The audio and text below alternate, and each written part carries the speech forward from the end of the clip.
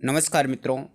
आजकल एलआईसी और अडानी ग्रुप को लेकर के विभिन्न तरह की मीडिया में रिपोर्ट्स आ रही हैं, जिसको लेकर के एलआईसी के जो पॉलिसी धारक हैं उनको तरह तरह की बातें दिमाग में आ रही हैं। और इसी को ध्यान में रखते हुए भारतीय जीवन बीमा निगम ने अपनी इक्विटी और ऋण में अडानी समूह की कंपनियों में अपनी जोखिम के बारे में एक तथ्यात्मक स्थिति की जानकारी साझा की है, जिसको हम भी आपको बताने जा रहे हैं। मालूम हो कि 31 दिसंबर 2022 के अनुसार इक्विटी और ऋण के अंतर्गत भारतीय जीवन बीमा निगम की अडानी समूह की कंपनियों में कुल शेयर पूंजी 35,917.31 करोड़ रुपए है।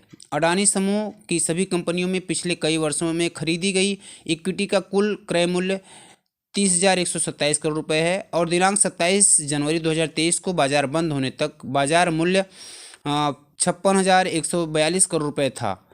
अडानी समूह में निवेश की गई कुल राशि वर्तमान स्थिति के अनुसार 36,474.78 करोड़ रुपए है। हालांकि ये निवेश एक समय सीमा में किए गए हैं। इसके अलावा यह सराहनीय है कि भारतीय जीवन बीमा निगम द्वारा धारित सभी अडानी ऋण प्रतिभूतियों की क्रेडिट रेटिंग AA और उसके ऊपर है, जो सभी जीवन बीमा कंपनियों पर लागू IRDAI निवेश नियमों के अनुपालन के अनुसार है। दिनांक 30 सितंबर 2022 तक भारतीय जीवन बीमा निगम द्वारा कुल प्रबंधन तहत 41.66 लाख करोड़ रुपए से अधिक है। इसलिए भारतीय जीवन बीमा निगम की अडानी समूह में निवेश कुल AUM की बुक वैल्यू का 0.975% है।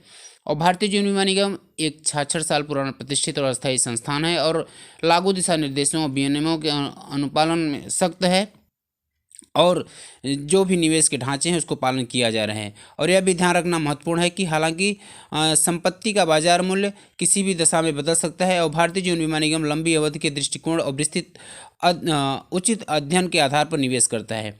और भारतीय जीवन बीमा निगम निरंतर आवृत्ति पर अपनी वित्तीय मजबूती सुनिश्चित करने के लिए अपनी देनदारी के मूल्यांकन और सॉल्वेंसी मार्जिन के निर्धारण के लिए एक मजबूत प्रक्रिया का पालन करता है। सितंबर 2022 तक भारतीय जीवन बीमा निगम का उपलब्ध सॉल्वेंसी मार्जिन 160% के लक्षित सॉल्वेंसी स्तर से काफ़ी ऊपर था। और भारतीय जीवन बीमा निगम बोर्ड और इसका प्रबंधन सभी हित धारकों के प्रति अपनी जिम्मेदारी के प्रति प्रतिबद्ध है और सचेत है और उसे समय उनके हितों की रक्षा के लिए उपयुक्त सिद्धांतों को प्रतिक्रियाओं का पालन करना जारी रखेगा।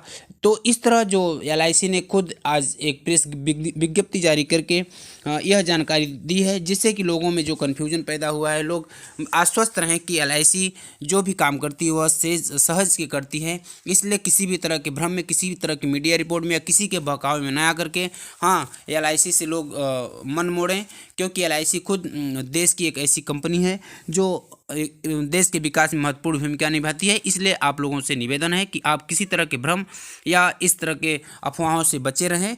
LIC सरकार खुद इस पे नज़र बनाए हुए है जी।